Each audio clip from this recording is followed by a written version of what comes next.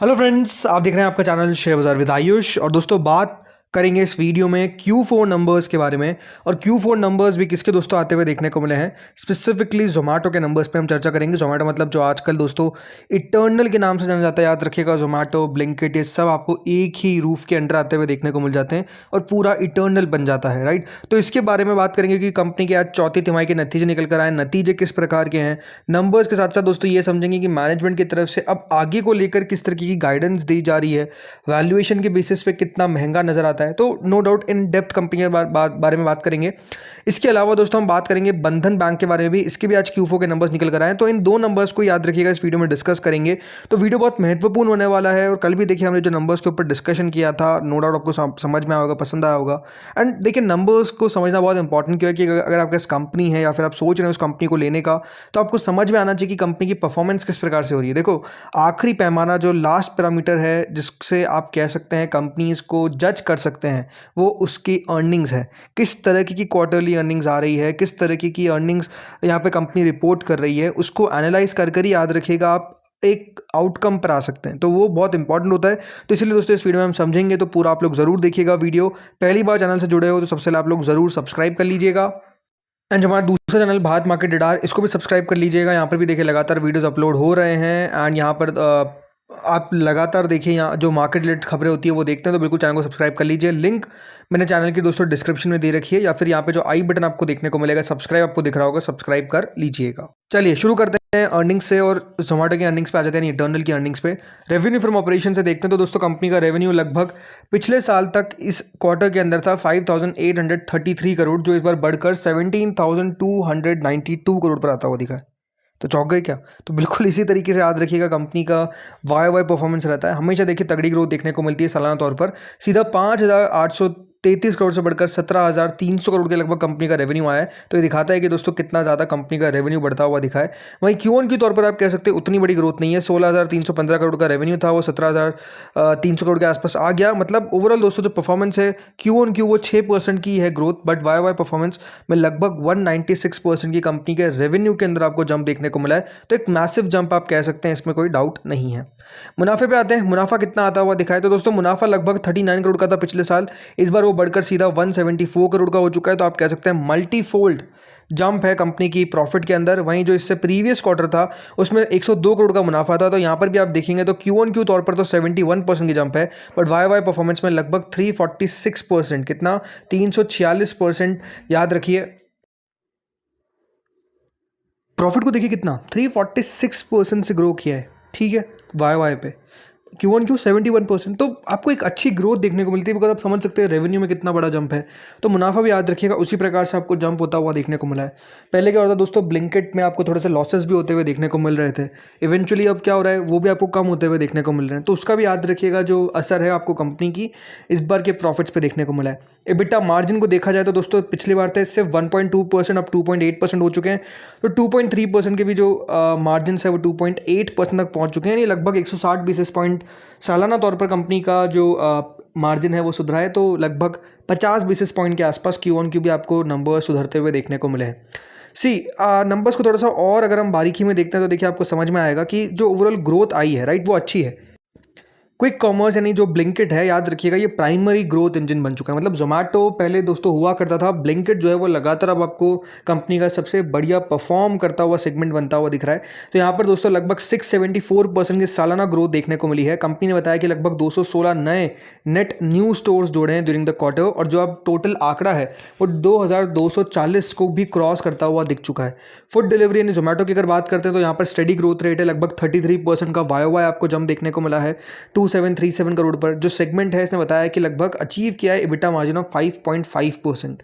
B2B supply नहीं hyper pure की अगर बात करते हैं तो यहाँ पर 978 करोड़ का कंपनी ने रेवेन्यू अचीव किया है। जो एब्सोल्यूट एडजस्टेड EBITDA प्रॉफिट है वो लगभग अब 5 करोड़ हमको आता हुआ देखने को मिल रहा है, यानी एडजस्टेड EBITDA में कंपनी का जो मुनाफा है वो आपको अब आता हुआ दिख रहा है। वहीं जो डिस्ट्रिक्ट है यानी गोइंग आउट प्लेटफॉर्म, यहाँ पर 46% की ग्रोथ देखने को मिली है।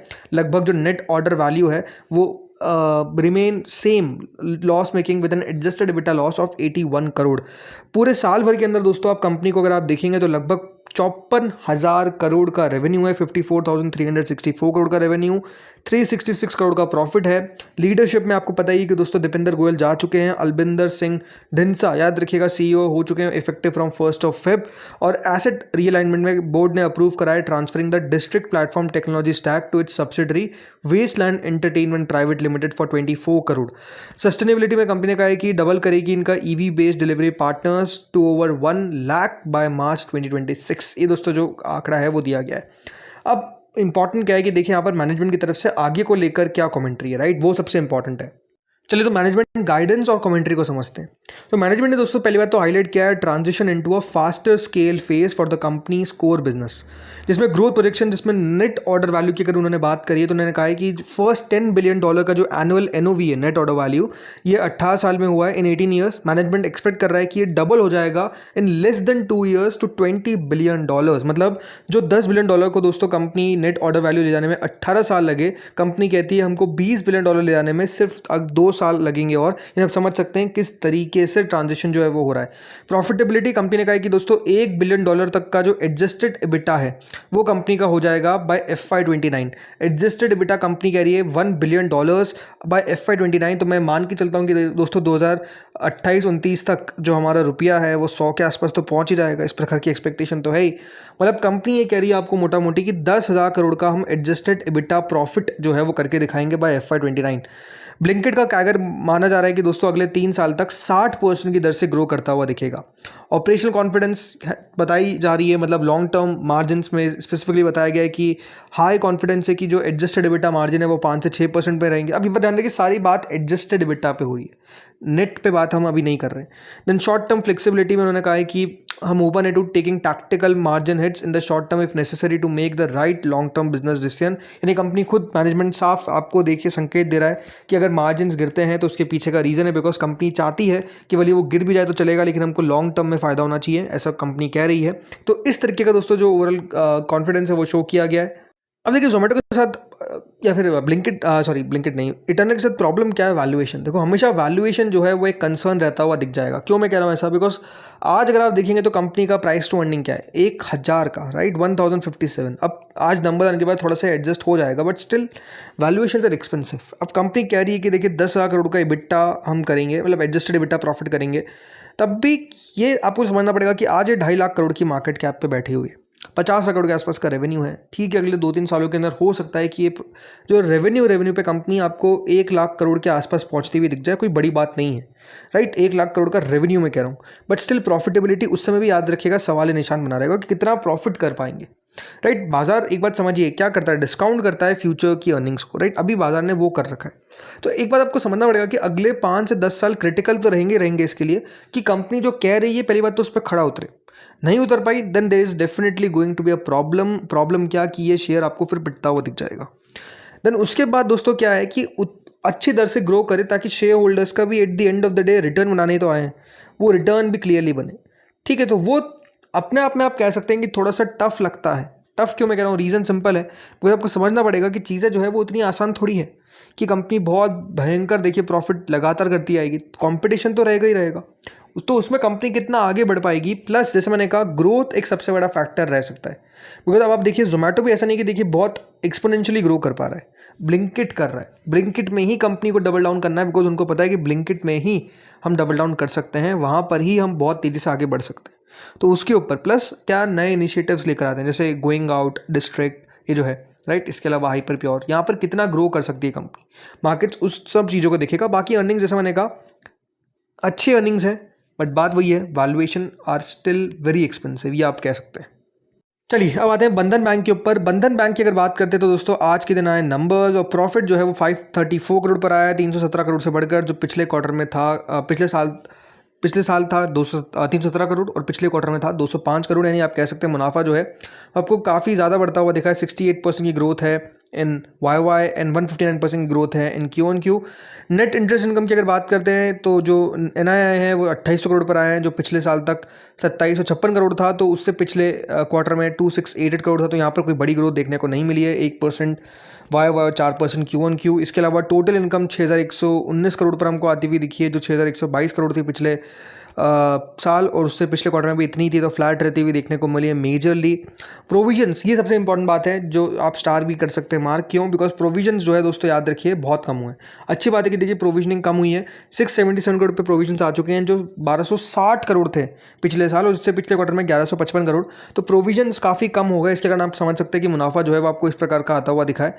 ग्रॉस NPAs भी दोस्तों सुधरे नहीं, NPA सिचुएशन भी बैंक की सुधरी है, 3.27% पर आ चुका है 4.71 से, तो 3.33 से भी खटखट 3.27 पर आ चुका है, यानी 144 बेसिस पॉइंट YoY कम हुआ है, तो 6 बेसिस पॉइंट Q-on-Q।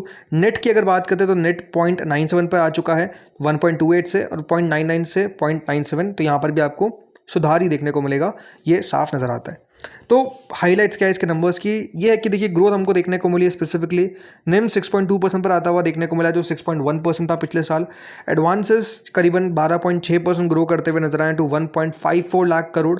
डिपॉजिट्स भी 10% से ग्रो किया है, 1.66 लाख करोड़ पर आता हुआ दिखा है।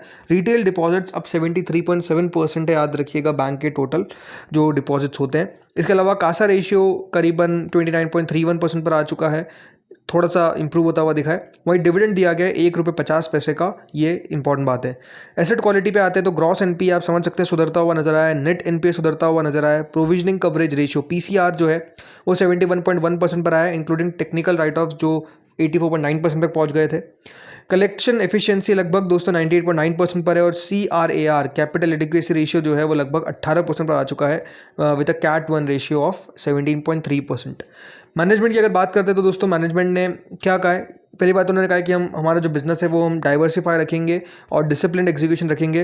पोर्टफोलियो डाइवर्सिफिकेशन करेगा बैंक का फोकस है कि अब यहाँ पर जो लेंडिंग है वो सिक्योर्ड टूवर्ड्स ज़्यादा होगी, which now accounts for 56.2% of the total advances, यानी सिक्योर्ड पे ज़्यादा कंपनी फोकस कर रही है बैंक। मतलब लॉन्ग टर्म टारगेट है कि 65 से 70% का सिक्योर्ड लोन रहेगा मिक्स बाय 2030। तो आप समझ सकते हैं कि दोस्तों सिक्योर्ड की तरफ ज़्यादा पुश किया जा रहा है। Cost of funds management expect करता है कि रिडक्शन होता हुआ नजर आएगा आने वाले समय में, जो मूव कर रहा है फॉरवर्ड, जिसमें स्पेसिफिकली निम्स एक्सपांशन के ऊपर फोकस किया जाएगा। नई लीडरशिप आ चुकी है, बोर्ड ने अप्रूव कर दिया appointment of mister Sujoy Roy as national collection head to oversee all lending products starting 28 April 2026। और डिजिटल ट्रांसफॉर्मेशन हो चुका है, स्ट्रेटेजिक फोकस है, क्योंकि डिजिटल लेंडिंग स्केलिंग और डिजिटल लेंडिंग पे फोकस है, with 98% of retail transaction now occurring digitally. मतलब आप समझ सकते हैं डिजिटली प्लेटफॉर्म कंपनी क्रिएट कर रही है। देखो बंधन बैंक को लेकर ये कह सकते हैं कि दोस्तों दिक्कत में आया, शेयर होल्डर्स को रिवॉर्ड नहीं किया। मतलब बंधन बैंक इस तरीके का बैंक रहा है जहाँ पर निवेशक जो है वो कोई पैसा बना नहीं पाया। पिछले 5 सालों के अंदर अगर आप देखेंगे लास्ट, तो 12% का नेगेटिव क्या करे, ठीक है। ग्रो करने की कोशिश किया है, बट हमेशा दोस्तों आप कह सकते हैं काफ़ी ज़्यादा उतार चढ़ाव भरी सिचुएशन रही है, ठीक है। अब कह सकते हैं कि धीरे धीरे की कंपनी फिर से पटरी पे आने की कोशिश कर रही है, बैंक पटरी पे आने की कोशिश कर रहा है, बट बात क्या है कि ये परफॉर्मेंस कंटिन्यू रहे, तब जाकर कह सकते हैं पैसा जो है वो बनता हुआ नजर आएगा। नहीं अगर ऐसी चीज़ें हो पाती है तो दिक्कत है, ठीक है। ये बात आपको समझनी पड़ेगी। तो आई थिंक मार्केट्स भी उसी के ऊपर फोकस कर रहा है, एंड आई थिंक उसी पे हमको थोड़ा सा वेट एंड वॉच करना पड़ेगा। बहुत जल्दी कूदना नहीं है, देखना है, चीज़ों को समझना है, फिर जाकर फैसला लेना है। तो दोस्तों इस वीडियो में इतना ही था। होपफुली वीडियो आपको बढ़िया लगा होगा। अगर अच्छा लगा तो लाइक कर देना। Thank you friends watching this video.